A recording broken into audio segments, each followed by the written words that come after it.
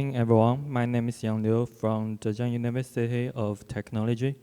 Today, I'm excited to present our work on cross-subject cognitive load recognition in VR using a multimodal fusion approach that combines EEG and eye-tracking data.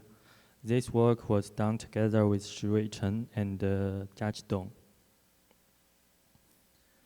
In VR systems such as driving simulators or training platforms, our users experience changing levels of cognitive load.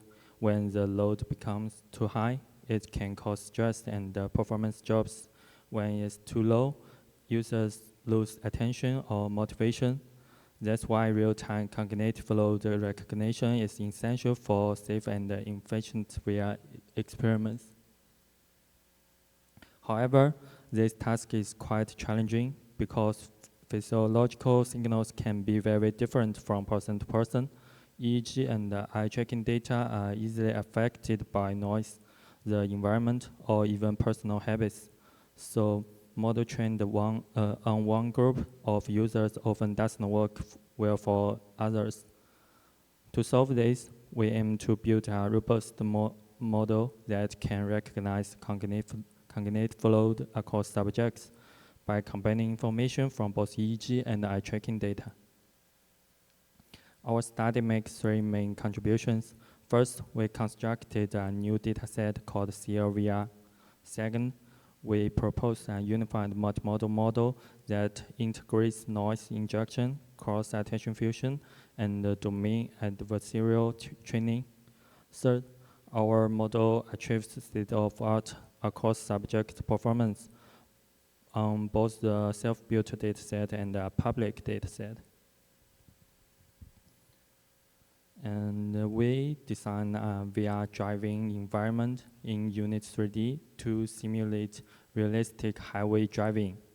Participants wear the VR headset, the HTC Vive Pro Eye, and the EEG gap. A total of 15 participants took part in our study. The driving sense required subjects to keep their speed around 80 kilometers per hour and obey traffic rules. Then to control cognitive load, we introduced an auditory and back task while participants were driving. As you can see, in the low load condition, participants only focus on driving. In the medium load condition, they performed a one back task, identifying consecutive identical letters. In the high load condition, they performed a two back task, matching letters that occurred 2 steps earlier. Our framework consists of 3 major parts. First, I introduced the feature extraction part. EEGNet extracts features from high temporal EEG signals, and CNLSTM captures spatial temporal dependencies from eye movement data. Then, cross-attention fusion dynamically balances the contribution of both modalities.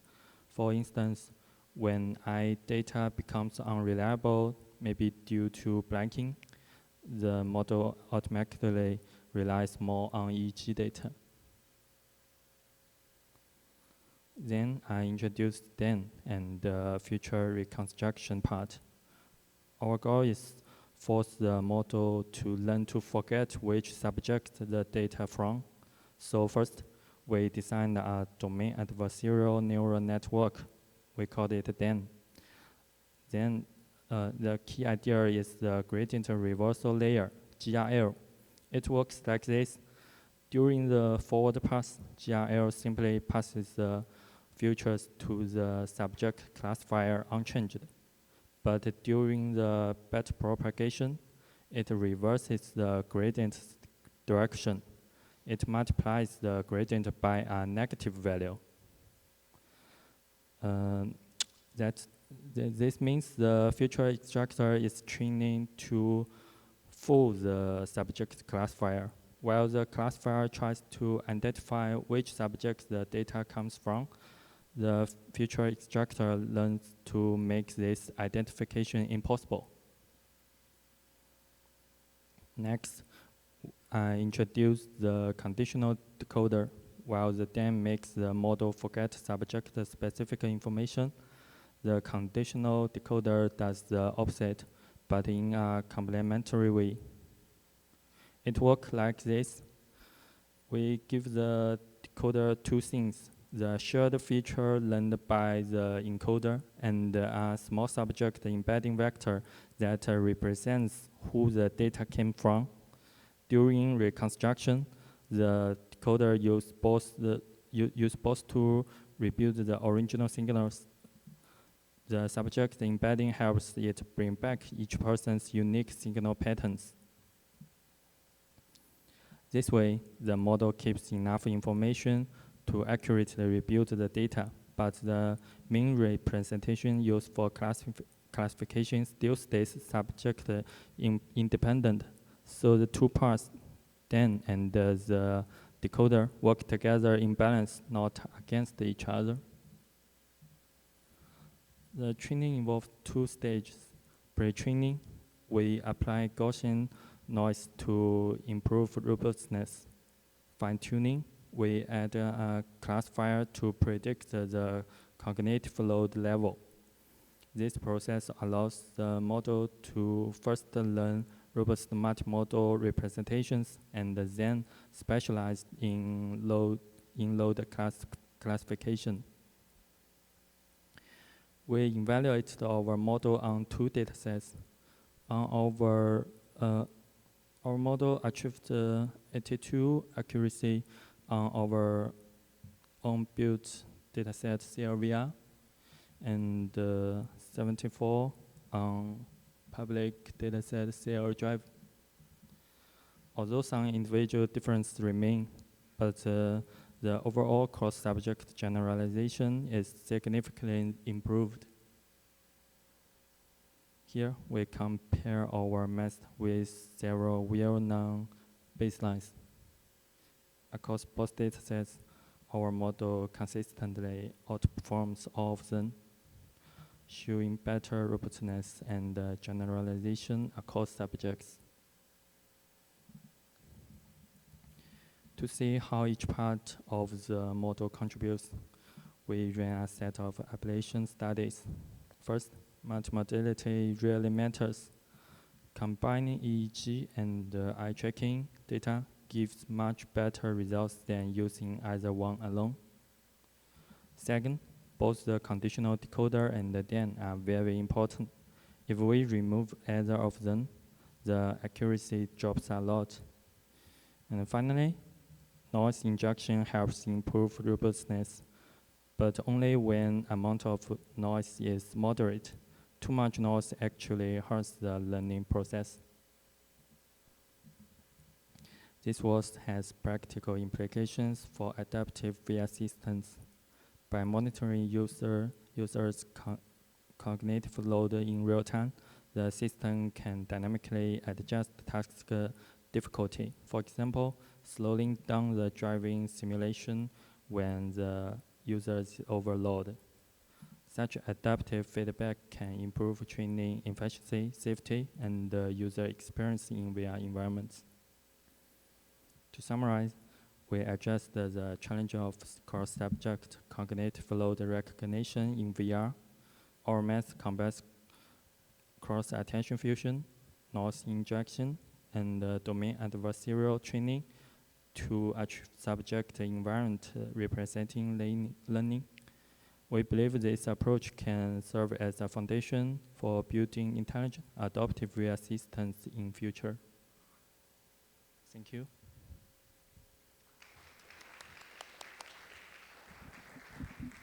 Thanks for your great presentation. Are there questions from the audience? Hello, thank you very much for your presentation. I just wondering, because you have proposed a model to analyze EEG and eye tracking data, so what is the generalization of your model? Is there any other cross-subject areas that can be applied? You mean the other studies use both EEG Yeah, and the eye yeah. tracking data? Yeah.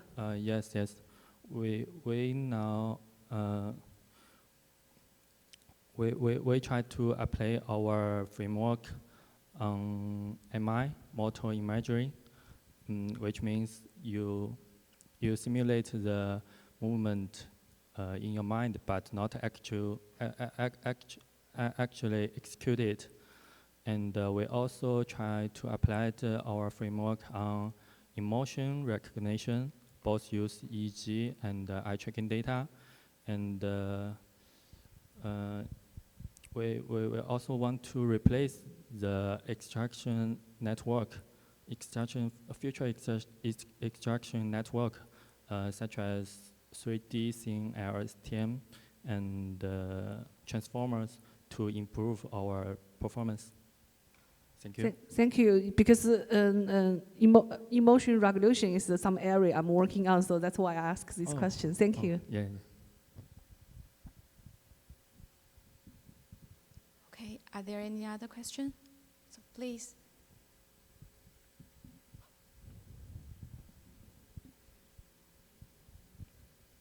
Hello, and thank you for this very interesting talk. I was interested in your pre-processing. Is there any pre-processing of the EEG involved, or is this taken over by your model? Yeah, we do the pre-processing EEG, but I didn't place it on my slides. Okay, so this is pre-processed data that you use for your model. Okay. Yeah. I do it, but I didn't put it on the slides. Thank you. Any other question? Okay, the side. Yeah, thank you for your talk. Just a question. I mean, I know you're trying to tackle cross-subject generalizability, which is very important. But I was interested, actually, do you have within subject baselines? Like, how much better do your models get if you actually have information about that particular subject? Excuse me, within subject? So you are generalizing across participants, right? Yeah. You train on a few and then generalize on another one. Yeah. But what if you had information about that participant, so your model gets tuned to that participant, and then you generalize in that participant? Yeah, we are trying to get more participants in our future study, but now we only have 15 subjects, so maybe it's my shortage. I'll talk to you later. Thank you. Okay, thank you. Okay, then let's thank you, our presenter again.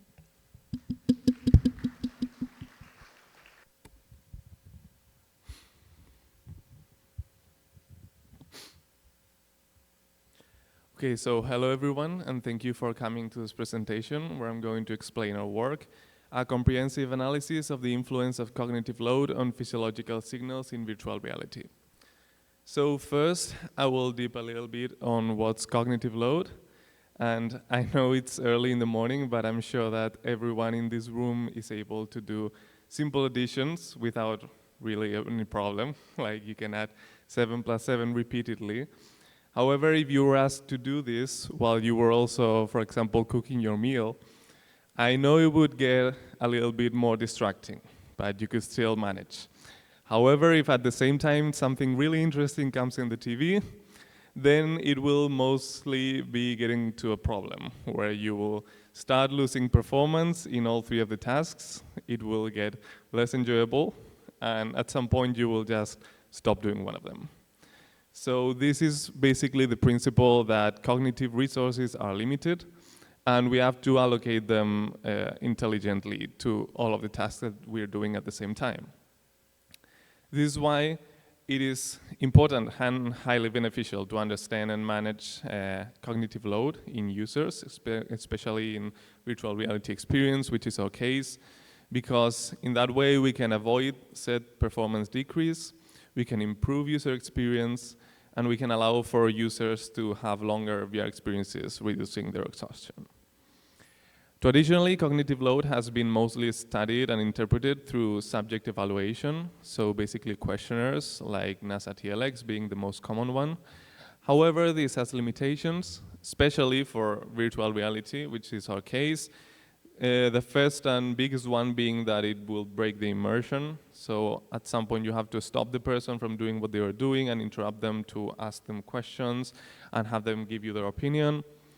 It will be mostly temporally inaccurate, as you have to measure at a certain time, and that may not be the same time that they were actually experiencing the emotions that they were feeling. And it could most certainly be biased, as it's not only their opinion, but it's the ways they voice their opinion to you. This is why using physiological signals for this matter has been increasing in the field, as some of these physiological signals are strongly related to activations of the sympathetic and parasympathetic system, so active and resting periods of the body. In this way, if we ask people about how they are feeling, this is the diagram that we get, where the experience gets interrupted. Meanwhile, if we use these physiological measurements, we can do that continuously without interrupting anything. For that, our goal is to first create a comprehensive data set focused on cognitive load levels with a diversity of signals, and then to perform an analysis to fill some of the gaps that we found in the literature, like first how these signals behave during longer periods of time, how movement interacts with them, and how it is affected by the tasks being of different modalities, like auditory or visual. So our contribution mainly focuses on first, as I said, a comprehensive and diverse data set of several physiological signals, then an analysis on the main effects of the cognitive load levels in these signals of the body, and then an analysis on how these signals evolve on time. For this, we designed an experiment that happens in a virtual environment like this, which is a room full of objects with the user in the middle. Here you can see a video of how the experiment plays out, and the users are asked as a main task to perform a visual search. So random objects in the room will turn golden, and they basically have to look around and look for them. This happens for 4 different conditions, though. The first one being decided by the search area in which they have to look for the object, which can be 90 degrees, so in one wall in front of them, or 360, where they actually have to move and look around the room. And a second one, which is the level of cognitive load that they're experiencing. The lowest one being only the visual task itself, and for the high cognitive load level, they also have to do an auditory task at the same time. This auditory task is basically listening to an audio that narrates a story full of numbers, like this one, and they have to press the button A each time they listen to an odd number only. So the experimental procedure of the experiment starts with a relaxation that is used as baseline for the signals, and then followed by each test segment, followed by a short relaxation so that signals get back to normal levels. And this is repeated for the 4 different conditions, finalized with questionnaires that are used to assess significant differences in the levels of cognitive load between the segments. So to start explaining our contribution, first our data set is composed by electrocardiogram signal, respiration, electrodermal activity, photoplethysmography, eye tracking, performance metrics, subjective measurements, so basically questionnaires on sickness demographics and cognitive load levels, and inertial measurements, all from 36 different participants.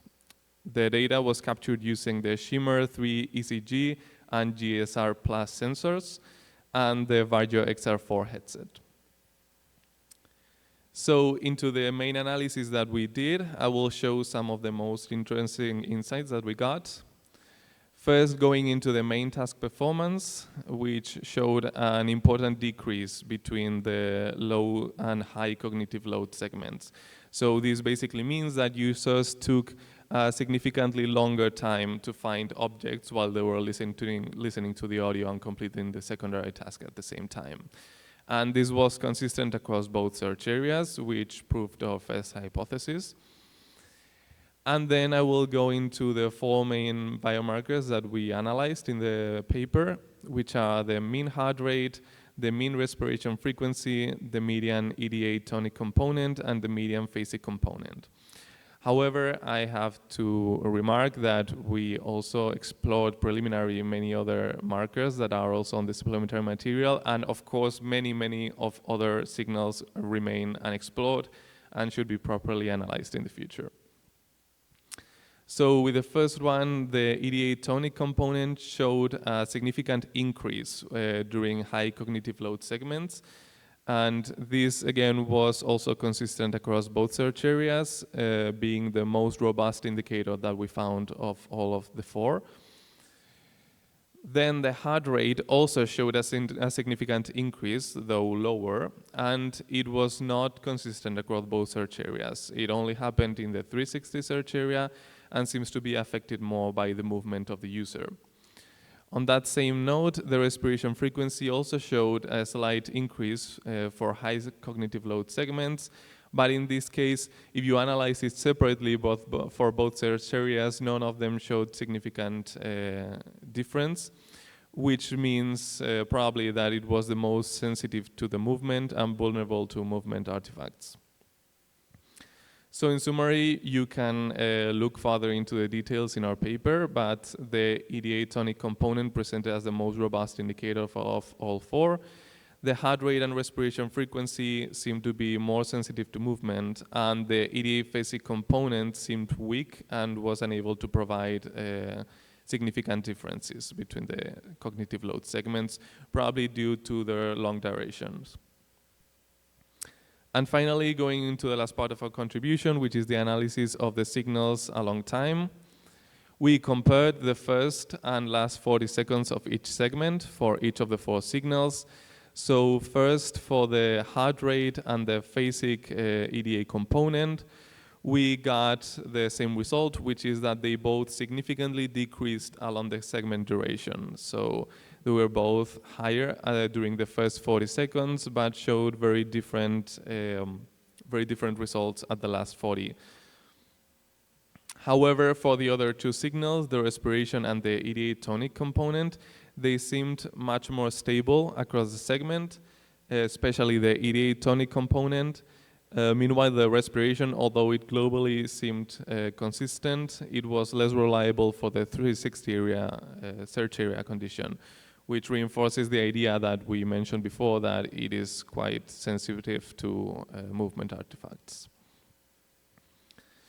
So that summarizes our contribution, and in summary, the take-home messages that I wanted to show to everyone were that first, we offered a comprehensive biosignals dataset for different levels of cognitive load and movement during search tasks, the more diverse that we found. We analyzed the validity of main markers as CL indicators, although many of them remain unlooked, and of all of them, it pointed that EDA tonic was the most consistent and reliable of all of them. And then we also tested the reliability of main markers across time, where we also found that EDA tonic component proved to be the most invariant. So it can be used apparently regardless of the time duration that we're measuring in the experiment. Now for future work, obviously, as I mentioned, it is left to leverage further of the physiological signals and markers that we present in the dataset.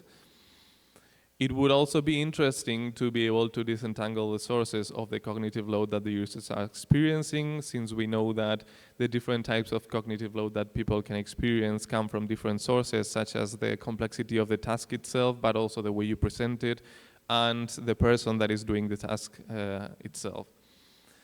And right now we cannot do that, but it would be very interesting to dip into that.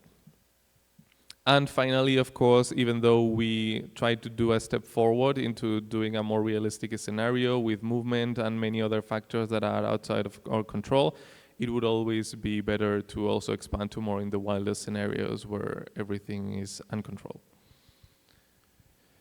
And to finish, I would like to remind everyone that our dataset is publicly available. So if you want, you can scan this QR and you can use this for your further work. And you can also visit the project page in the QR to look at our full paper and dataset. So thank you everyone for your attention, and I will gladly answer any questions that you have. Okay, thank you for your great presentation. Any question from audience? Yeah.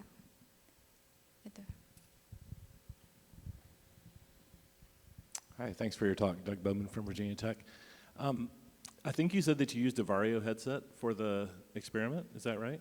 Sorry, what? You used the Vario headset for your study? Yes, yes. So did you also collect the eye tracking data, and are you going to try to use that to improve the we did use the, we captured the eye tracking data, and it's also part of the data set. However, when we were focusing on which markers that we wanted to study mainly, one of them was the pupil size and pupil dilation, which is very common.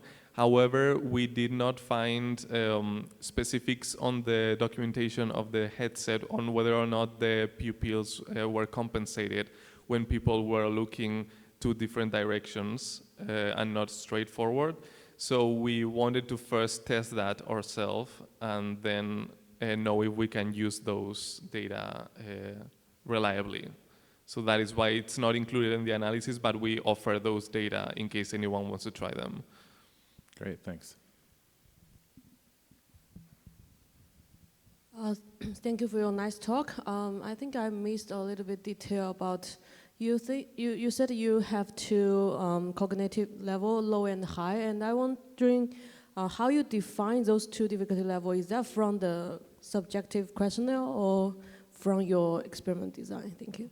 Yes, thank you very much. Yeah, actually, as I mentioned, we performed, I didn't show it specifically here in a slide, but as I mentioned in the experimental procedure, we did a set of questionnaires at the end of the experiment, which basically were sickness and cognitive load questionnaires, so NACE TLX. And then we used that to compare if there was a significant difference between the complexity of both tasks for all of the users, and it was there was a significant difference between them. So like we used that to assess that both conditions were significantly harder one than the other. Oh, okay. So you basically you design in your design you already have two levels, and then you use a questionnaire to prove your design is correct. Yes. So another question, sorry, because now you said they have significant difference, but that is a whole group. Do you also consider the individual difference? Because some tasks for some people maybe they are easy, but for some maybe it's not easy, high or something. But now it's like the overall trend. Yes, I mean we checked on inter-user differences to see if there was a high difference between like different backgrounds and levels of ability with playing different games or using VR or experience like that, and we did not find many like high variation between users. If Okay. that was your question. Yeah, thank you. Okay, thank you.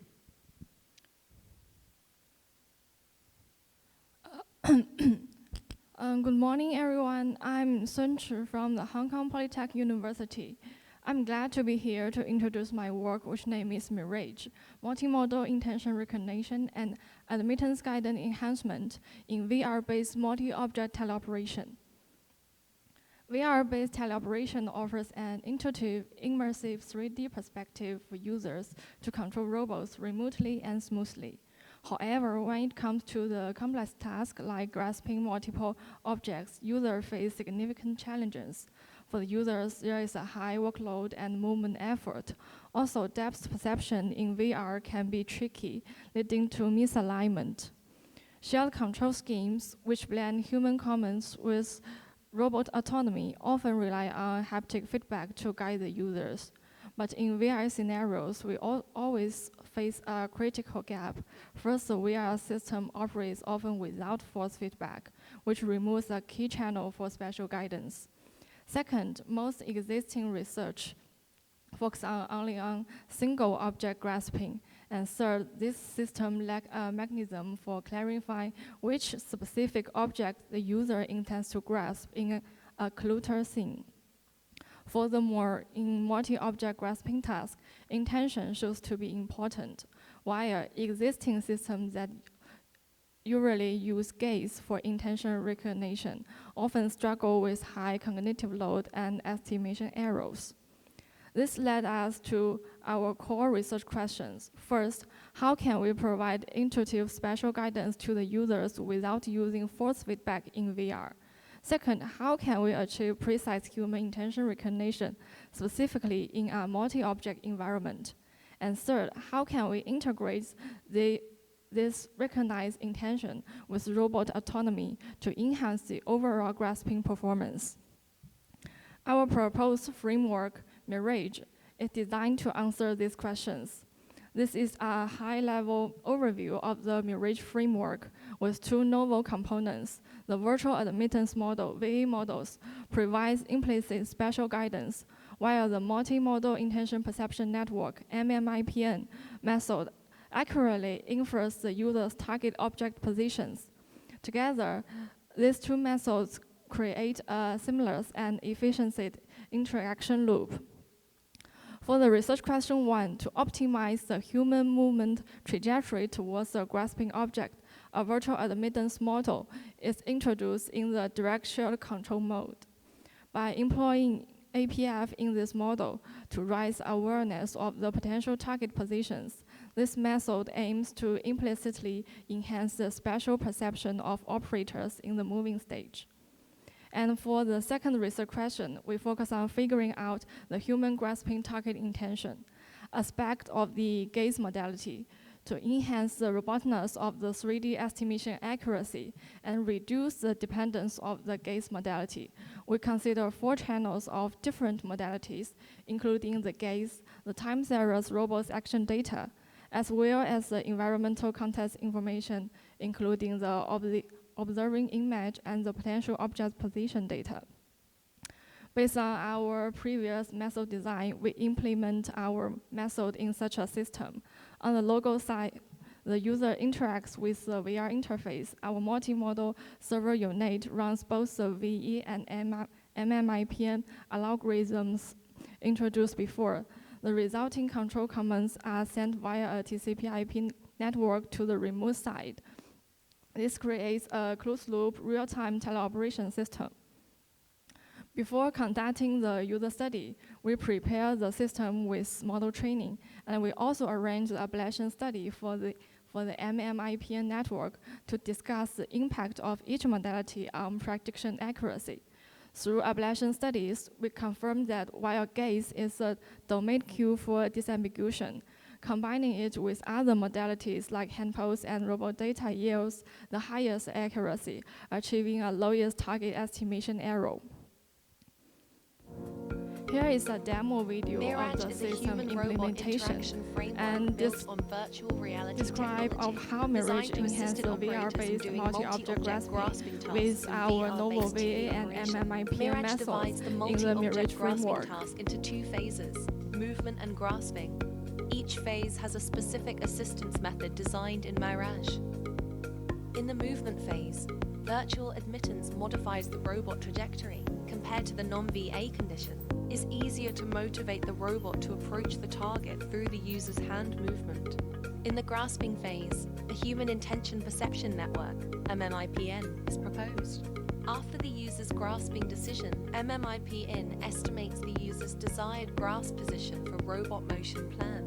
Without the assistance with MMIPN, robot plans the grasping motion as a vertical downward path. That may cause failure because of the manual alignment error. Okay, in the study design, we use 2x2 factorial within subject design, testing the presence and absence of our 2 core components, VA and MMIPN. This resulted in 4 experimental conditions. Then we recruited 16 participants and use a balanced Latin square to counterbalance the order of conditions, ensuring our results were not biased by learning effects. In task design, each conditions are set to be 10 blocks to finish. In each block, there are totally 4 targets to grasp, and users have maximum 6 attempts to grasp. For evaluation, we've measured a comprehensive set of metrics. For object performance, we look at task completion, success rate, time, and movement efficiency. For subjective feedback, we use standard questionnaires to collect the subject workload, user experience, and sense of presence. We also have a semi-structured interview for each participant. After the study, we use a two-way ANOVA to analyze the effect of the 2 main factors. According to the results of the task performance, the conditions with MMIPN showed a significant increase in the total number of success grasps and a higher overall success rate. Participants also significantly complete more perfect blocks and less bad blocks when the grasping intention perception is enabled. For temporal efficiency, both VA and MMIPN significantly reduced the average time it took to complete a grasp. The fastest time were achieved when both factors were active together in the system. For movement performance, the virtual admittance guide, the VA guidance, successfully streamlined user motion, significantly reducing the total distance traveled by the user hands. Users achieve their goals with more direct and efficient passes. And in the subject matrix, the MMIPN intention recognition significantly enhanced the user's sense of presence in the virtual environment, making the interaction feel more natural and immersive. In the discussion part, we would like to share some findings from the analytical results. First, for the VA method, it significantly improved movement efficiency, while showed no significant improvement on final grasp success rate, which indicates that the virtual admittance is effective for trajectory refinement, but insufficient for precise and effort alignment. For the intention recognition purpose, the MMIPN method suggested by our work shows that gaze is the most important channel for grasping task. Robot motion data serve as a secondary critical modality in intention recognition. Comparing with the single modality-based method, our multimodal method performs with implicit user operation, which avoids long drawing time, reported to be friendly for users in the interview. We also noticed that in the semi-structured interview, several users reported the sense of paralysis in VR when doing an object alignment, which is aligned to the findings of Barrera's research reported in Kai before, that the depth perception is harder in the VR than in the reality. So we analyzed that the MMIPN will have the alignment in grasping stage, and the user's strange and uncomfortable feelings is reduced. That may explain why the sense of presence was significantly enhanced by this method. Our final finding is that implicit assistance can reduce system transparency. Some users reported a reduced sense of agency or confusion when automation errors occurred. This highlights the trade-off between the effectiveness of assistance and user understanding. In summary, our work proposed a novel VR-based telegrasping framework, which successfully combines an implicit spatial guidance method and multimodal driven intention recognition assistant, which is proposed by our work. According to the controlled user study, this scheme significantly enhanced the user performance of multi-object telegrasping in VR. Consider the limitations of our work. In future work, we will first schedule to recruit more diverse participants and also test with more complex objects and things to evaluate its robustness. Furthermore, based on the interview feedback, we also would like to explore the personalized parameters in the setting details and investigate AI-enhanced visualizations in our scheme. At last, we are the research team from PolyU from Hong Kong PolyU, leading by Professor Likan Li. Our team is focused on VR, metaverse, and AI. Please feel free to contact us by this email if you want to work with us. That's all my presentation. I'm happy to answer any questions now. Thanks for your presentation. Are there any questions from our audience?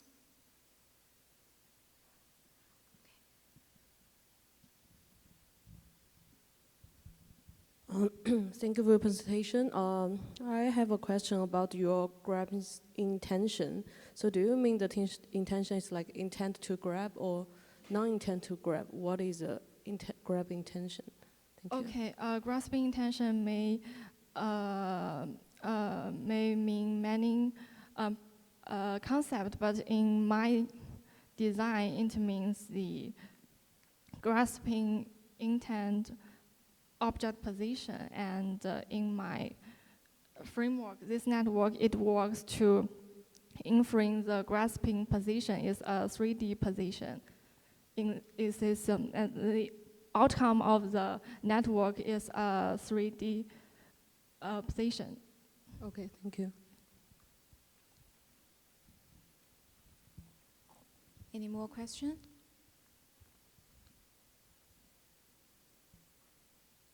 Okay, then let's thank the presentation, the presenter again. Yeah.